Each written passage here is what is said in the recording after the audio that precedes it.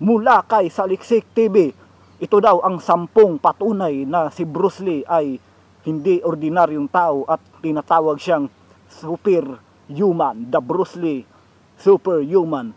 So ang bibigyan natin ng reaction ngayon ay ang kwento ni Bruce Lee kung bakit siya tinatawag na napakabilis at napakagaling at pinakamalakas sa pinakamagaling sa buong mundo.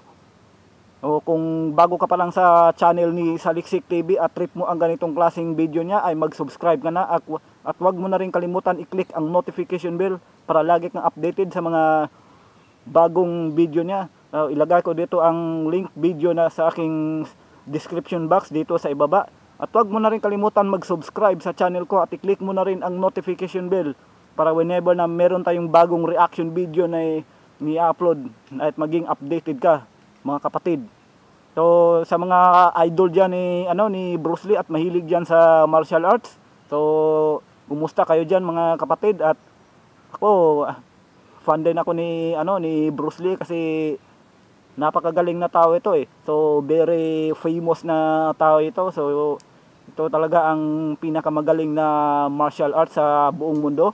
So idolo to siya ni Jackie Chan, ni Jet Li, ni Donnie Yen, ni Tony Jaa. So lahat-lahat ng mga nagsasanay ng Wing Chun o Taekwondo o Kung Fu, so siya ang pinaka-idolo siya dahil siya ang pinakamagaling at pinakamabilis, pinakamalakas din na martial arts na nilalang dito sa buong mundo. So wag na natin patagalin to, mga kapatid, kasi wala naman tayong hinihintay na, panoorin na natin to. Kumusta mga kasaliksik? Naniniwala ka ba kung sabihin ko sa iyo na kahit pa sadyang payat ang pangangatawan ng dating aktor na si Bruce Lee, ay sadyang mas malakas pa siya kumpara sa kahit na sinong martial artist sa ating planeta? Kaya mula sa sipa ni Bruce Lee na kayang magpalipad ng tao, hanggang sa totoong rason sa pagkamatay ng dating aktor, ay ito ang 10 pagkakataon na pinatunayan ni Bruce Lee na isa siyang superhuman. At kung handa ka nang malaman ng mga ito ay simulan na natin. Number 10, malakas na pagsipa. Alam mo ba na nagawang sirain ni Bruce Lee ang sandbag nung maabot ang timbang sa 45 kilo sa pamamagitan lamang ng kanyang pagsipa dito? Ito ay dahil sa kahit pa mas kilala ang dating martial artist at aktor sa lakas ng kanyang kamao, ay hindi pa rin dapat maliitin ng kahit na sino ang kayang gawin ng kanyang mga paa. Sa kabila ng ang bawat parte ng katawan ni Bruce Lee ay sinanay niya para kanyang maging armas sa kahit na anong laban. Super sidekick ang tawag sa sipa na ginawa ni Bruce Lee sa sandbag, ngunit dulot para mawasak ito.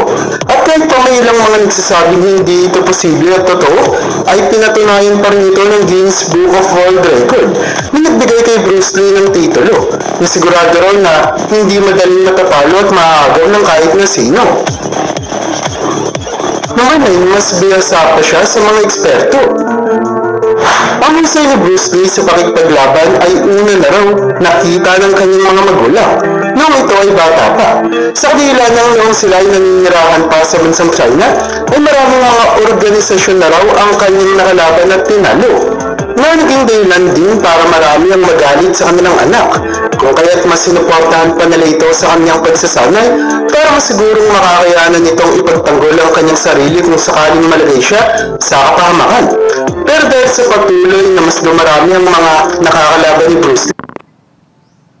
So marami siyang nakakalaban, mga kapatid, dahil siya napakagaling siya nung siya na maraming naiinggit sa kanya. So ikaw ba naman na hindi mo, nung iba hindi sila gusto malamangan, lalo na sa pakikipag-away, lalo na kung makatagpo ka ng mga mga goons, mga barumbado diyan, mga siga-siga diyan. Na siyempre kung kung manumano lang talaga, kung matalo mo siya, siyempre magagalit siya, hindi maghahanap siya ng mga grupo niyo. Kaya ito mga grupo daw tong mga nakakalaban ni Bruce Lee. So sa pagkakalam to mga din to mga yung iba, yung mga mafia dito, hindi mga bigating grupo din tong mga kalaban ni Bruce Lee. ay napagdesisyonin na lamang ng kanyang mga magulang na ipadala ito sa bansang Amerika, kung saan niya ipinagpatuloy ang kanyang pag-aaral habang nagtuturo din ito ng kanyang nalalamang martial arts para kumita ng pera. Dahil mas kumukuha ng atensyon sa mga taong eskwelahan kung saan nagtuturo si Bruce Lee ng martial arts, ay maraming mga ekspertong nagalit dito, kung saan ang isa na sa kanila ay si Vic Moore, na isang kampiyon sa karate, na hinamang di umaning laban si Bruce Lee. Ang laban naman ng dalawa ay kasalukuyang pinagdedebatihan pa rin kung sino ang nanalo. Sa kabila ng ang nakuha ng video patungkol rito ay nagpapakita lamang ng mabilis na pag-atake ni Bruce Lee, na hindi masyadong nakuha na ng malinaw sa camera, kung kaya't hindi pa rin tuluyang nalalaman kung sino nga ba ang totoong nanalo sa laban nila. Number 8, ang kawawang punching bag. Ang lahat ng mga punching bag at sandbag na dumaan sa kamay ni Bruce Lee ay talaga namang mabilis na nasira, kung saan ang isa na sa pinakasikat na pagkakataon kung kailan niya nasira ang punching bag na kanyang ginamit sa pagsasanay ay noong nagawa niyang sipain ang isang punching bag nang maabot ang bigat sa 135 kilo. Ito ay lumipad daw sa ere sa taas ng 5 metro, na naging dahilan para mapunta ito sa kisame na talaga namang nagpapakita kung gaano kalakas ang sipa ni Bruce Lee. Kasalukuyang pinag-uusapan din naman ng mga eksperto kung posible nga bang magawa ito ng isang tao.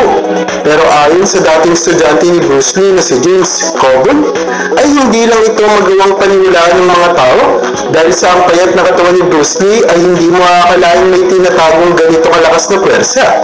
Ngunit kung mapapanood mo raw ang mga pagsasanay na ginagawa ng dating aktor, ay sigurado daw si James na maiintindihan mo kung bakit tinuturing niya na pinakamabilis na tao sa mundo si Bruce Lee. Dulot na kasabay ng malakas nitong pag-atake, ay mahirap ding mahabol ang kanyang mga kinikilos kung gagamitin lamang natin ang ating normal na mga mata. Number 7, eksperto sa nunchucks. Ang pinakasikat na armas na ginagamit ni Bruce Lee noong siya ay gumaganap sa mga pelikula ay ang nunchucks, na isang weapon na binubuo ng dalawang stick na gawa sa kahoy, metal o plastic na pinagdudugtong-dugtong ng isang kadena o tali, na sa tuwing ginagamit raw ng dating aktor ay tila ba. So, yung itong nunchucks or chako na ginagamit ni Bruce Lee sa kanyang mga pelikula, so para ano kayo mga kapatid na malinawan kayo na kung bakit ginawa itong weapons nito. Kasi ito ay epektibo din sa pakikipaglaban, lalo na kung kutsilyo o batuta ang napaka-effective talaga ito yung nunchucks gamitin sa totoong away. So kung hindi ka magaling sa manumano o palibasa maliit ka tapos ang mo malaki, so pwede mo yang gamitin. Siguradong matatakot siya. So, kapag hinaras ka niya tapos malaki siya sa iyo, so hindi niya alam na meron ka palang nunchucks dito sa likod, pwede mo siyang paluin, lalo na kung ang pagpalo ng nunchucks mo ay eksperto ka talaga at malakas ang pagpalo mo, so magaling ka talagang gumamit niyan, so napaka-effective niyan, maraming matatakot niyan. Pero ang kontra lang diyan ay yung problema kasi dito yung bala yung baril at ang samurai, samurai. So okay lang kung isang tao lang na may dalang samurai o itak kung kalaban mo, pero kung 5, so hindi ko alam kung magagamit mo talaga itong nunchucks. So kasi depende lang kasi ito sa sa kilos ng tao Hindi to pag sa akin depende lang ito sa sa kilos ng isang tao. So ito kasing marami na ako mga ginawa, mga biniling nunchucks nung una, mga kapatid. So lagi ko yung dinadala-dala kapag nagtatrabaho ako doon sa syudad nung una. Lagi ko yan dinadala, sinisipit-sipit ko dito yan sa sa short ko. So nagsusuot ako ng medyo malaking t-shirt para hindi maklaro.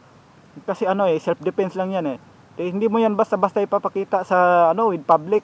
Kung hindi mo yan pwedeng ipakitang gilas sa mga pampublikong tao, lalo na kung nasa syudad ka, kung lalo, tapos nagdadala ka ng tsako na na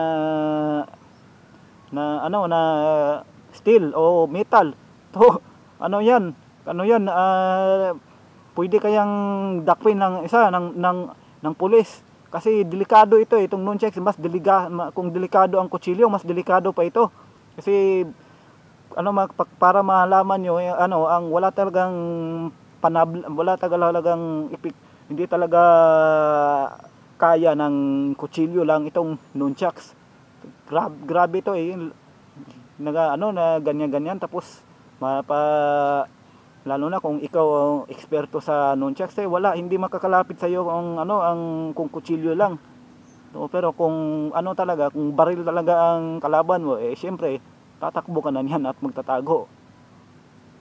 Ganyan mga kapatid, kaya dapat itong mga mga nalalaman natin, so hindi natin to in public, hindi natin to basta-basta ipapakita talaga.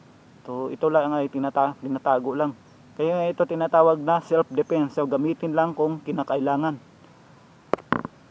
Sumasayaw-sayaw na ito habang siya ay nakikipaglaban. Pero lumaban noong una ay hindi ito gustong gamitin ni Bruce Lee. Ito ay dahil sa hindi uso ang nunchucks na armas para sa mga martial artists, kung saan ang ilang mga kasabayan niyang martial arts masters na sina Jimmy Wang Yu, Tolu at Chen Pei ay mas biyasa sa paggamit ng espada, kung saan ayon pa sa dating estudyante ni Bruce Lee na si Dan Inosanto ay tingin pa nga raw ng kanyang teacher sa nunchucks ay isang worthless piece of junk o walang kwenta. Dahil sa opinion nito ay hindi ito magandang weapon. Pero dahil sa mas makikilala ang aktor kung gagamit siya ng armas na hindi gaanong kasikat sa publiko, ay pinili niya pa rin gamitin ito. Maniwala ka man na sa hindi ay 3 buwan niya lamang daw inaral bago siya tuluyang maging eksperto sa paggamit nito. Noong 6, tinalo na si Yoichi Nakachi. Ayon sa salaysay ni Jesse Glover, na ilang estudyante ni Bruce Lee ay nagawa raw talunin ng kanyang guro. Sa isang laban si Yoichi Nakachi, na isang sikat na master sa larangan ng karate, kung saan nagsimula raw ang laban ng dalawa noong nagtuturo pa lamang si Bruce Lee. Kung saan nasabi daw nito na mas mahusay ang kanyang ginagawang kung fu kumpara sa karate. Hindi nagustuhan ni Yoichi, kung kaya dahil sa inis nito ay namon niya ng laban si Bruce Lee na tuluyang ang naganap sa YMCA, kung saan maliban sa kanilang dalawa ay 5 lang na tao ang nagawang makapanood sa laban nito, na mabilis lamang din daw natapos sa kanila ng kahit pa si Yoichi ang unang umatake sa dalawa ay 11 segundo lamang ang ginamit ni Bruce Lee para tuluyan itong mapabagsak at magdulot ng matinding pinsala sa ulo ni Yoichi, na magmula raw noon ay hindi na nagawa pang hamunin sa kahit na anong laban ang veterano at legendary ni si Bruce. So ito kasing ang galaw ni Bruce Lee mga kapatid. Grabe sobrang bilis to. Kumbaga sa kung hindi ka basta talaga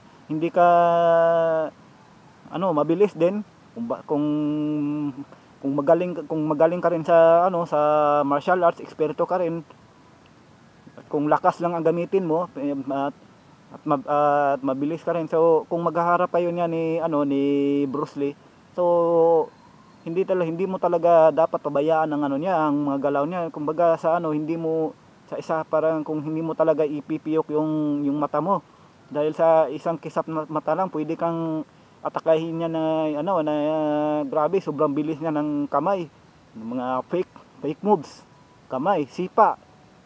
So Mariusep mga kapatid, na tingnan mo yan ng 1 inch expansion, sobrang sobrang lakas. Yung ito pa ang sipa niya, sobrang lakas, talagang lilipad ka talaga kapag natamaan ka, lalo na kung natamaan ka sa sa mga mahinang parte ng katawan mo, tulad ng dito sa jaw, o dito rin sa liig, o dito rin sa dibdib, saan pa dyan, dito sa mga mga mahinang ano, mga weakness mo sa mahinang sa mga parte ng katawan mo. Grabe, napakadelikadong tao ito mga kapatid, kaya ito kinatatakutan ng ano ng lahat ng mga ano mga martial arts expert ng una. Number 5, kasing lakas ni Muhammad Ali. Ang sikat na pagsuntok na ginagawa ni Bruce Lee ay ang tinatawag na 1-inch punch, kung saan kahit pa kasing lapit lamang ng 1 pulgada ang kanyang kalaban, ay nagagawa ng kanyang kamao na umabot ang bilis sa 118 miles per hour, na nagdulot para magkaroon ng 350 pounds na puwersa ang kanyang suntok, nakatumbas daw ng kay Muhammad Ali, na isa sa pinakamahusay na boksingero sa kasaysayan, na talagang mga mahihirapan daw paniwalaan ng kahit na sino. Dulot ng katawan ni Muhammad Ali ay makikitang angkop talaga para sa sports na boxing.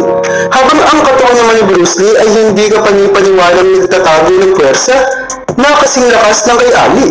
Dahil daw sa lakas ni Muhammad Ali ay tila ba naging fan na nito si Bruce Lee, kung saan kapag nagpapahinga daw ang dating aktor ay pinipili nitong panoorin ng mga laban ni Muhammad para mapanood ng mga galaw nito at makita kung makakayanin niya ba itong matalo, na ayon kay Bruce Lee ay imposible niya raw na magawa dulot na sa laki ng pangangatawan ni Muhammad na punong-puno ng muscle ay posible raw na hindi niya man lang itong masugatan. Kung kaya't sigurado daw si Bruce Lee na wala siyang magagawa kung sakaling magkaharap nga silang dalawa. Number 4, hindi siya matalo-talo ni Chuck Norris. Si Chuck Norris ay isa sa pinakasikat na American martial artist sa kasaysayan ng ating planeta, na nagawang makalaban si Bruce Lee sa isa sa pinakasikat na pelikula nito na pinamagatang The Way of the Dragon, na ginanap sa Coliseum sa Kapitolyo ng bansang Italy sa siyudad ng Roma, kung saan sa ilang minutong paglalaban daw ng dalawa ay agad mo makikita na kahit pa na-master na ni Chuck Norris ang kanyang estilo sa pakikipaglaban ay hindi pa rin ito kayang pantayan ng husay sa labanan ni Bruce Lee. Sinasabing ang pinakadahilan kung bakit parating mananalo si Bruce Lee sa laban nila ni Chuck Norris ay dahil sa mabilis nitong pagkilos, kung saan kahit pakilala si Chuck Norris sa kanyang matinding kalakasan ay posibleng hindi niya namang magawang tamaan si Bruce Lee.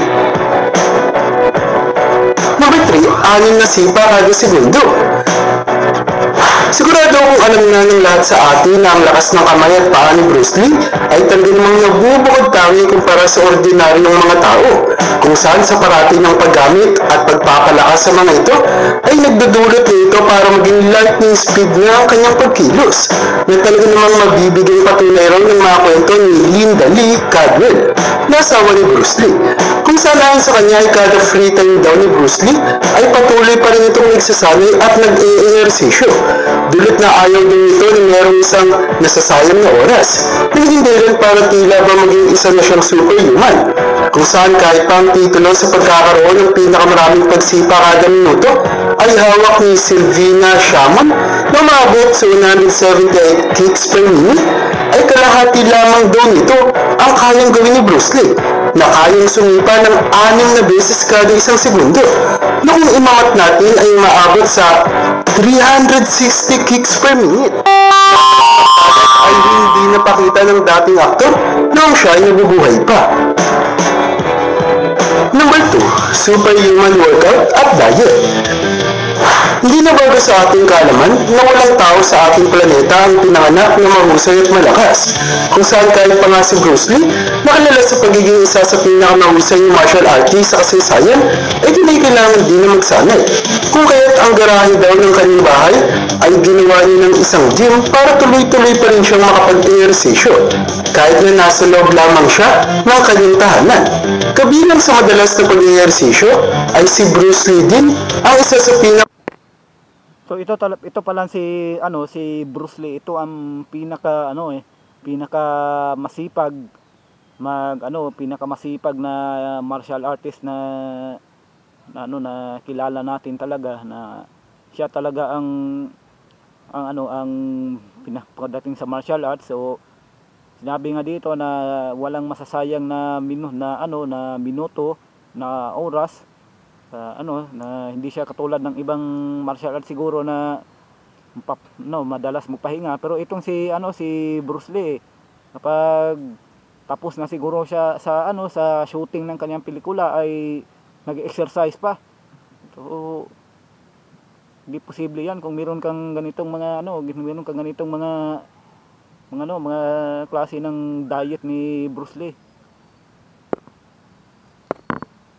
Unang nagpasikat ng pag-inom ng protein shake para mas lumakas, kung saan inahaluan niya pa nga ito ng itlog at balat nito, saging, mani, powdered milk at ice cream para magkaroon siya ng lakas sa pag-eehersisyo. Nakakadiri man din isipin ay kumakain din ng hilaw na hamburger si Bruce Lee. Dulot na ito ang isa sa pinakakilalang magbibigay ng mataas na protina na kailangan ng mga taong nagnanais na palakasin ang katawan nila.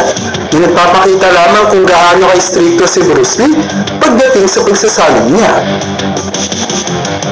Bago tayo magpatuloy sa unahan ng ating listahan, ay gusto ko munang makita mo ang mga video na ito kung saan makikita ang kakaibang estilo ni Bruce Lee sa pagpupush-up, kung saan kahit pang ilan sa atin ay hirap nitong gawin sa ordinaryong pamamaraan, ay nagagawa ng dating aktor na gamitin lamang ang kanyang daliri para buhatin ang kanyang buong katawan. Kung kaya't siya ang kasalukuyang may hawak sa world record sa pag-finger push-ups, kung saan nagawa niyang umabot sa 202 finger push-ups ng tuloy-tuloy na talaga namang mahihirapang matalo at maagawang titulo ng kahit na sinong tao sa mundo. Number 1, pinatanggal niya ang kanyang sweat glands. Maniniwala ka ba na ang kilikili ni Bruce Lee ay walang sweat glands? Ito ay dahil sa naisipang ipatanggal ito ng dating aktor, dulot na sa tingin niya ay hindi kaya-ayang makita sa kanyang mga ginagawang pelikula ang pawis ng kilikili. Kung kaya't napagdesisyonan niyang ipatanggal niya ng ito. Maniniwala ka man na sa hindi ay posible raw naging dahilan sa maaga niyang kamatayan. Dulot na ayon sa ospital kung saan binawian ng buhay ang dating aktor, ay namatay daw ito dahil sa pamamaga ng kanyang utak. Noong una hindi pininiwalaan ng masa, dulot na inakala nilang pinatay talaga si Bruce Lee. Pero ang mga nakakakilala sa kanyang nagsabi na ang pagpapatanggal ni Bruce Lee sa sweat glands sa kanyang kilikili ay maaaring magdulot sa kanyang maagang kamatayan. Dulot na maliit lamang din ang kwarto kung saan niya ginagawa ang mga script sa kanyang pelikula. Na posibleng naging dahilan para siya ay labis na mainitan. At dahil sa wala ng sweat glands ang kanyang kilikili, ay mas lalo lamang nahihirapan ng katawan ng aktor na ilabas ang lahat ng init sa loob ng kanyang katawan. Nakalaunan niya nagdulot para mahimatay siya sa heat stroke, na posibleng naging dahilan din para magkaroon siya ng cerebral edema o pamamaga sa utak, sa madaling salita, na sanhi ng kamatayan niya. At yan ang bumabaw para sa listahan natin sa video na ito. Talaga namang hindi na may tatanggi pa ng kahit na sino sa atin na pagdating sa mga eksperto sa larangan ng martial arts ay si Bruce Lee. Ang isa sa pinaka-agarang maiisip ng mga tao. Kaya para sa iyo, sino sa tingin mo ang kayang tumalo kay Bruce Lee pagdating sa martial arts? I-comment mo naman yan sa baba. At hanggang dito na lang muna ang aking bahagi. Hanggang sa muli mga kasaliksik, maraming salamat sa panonood.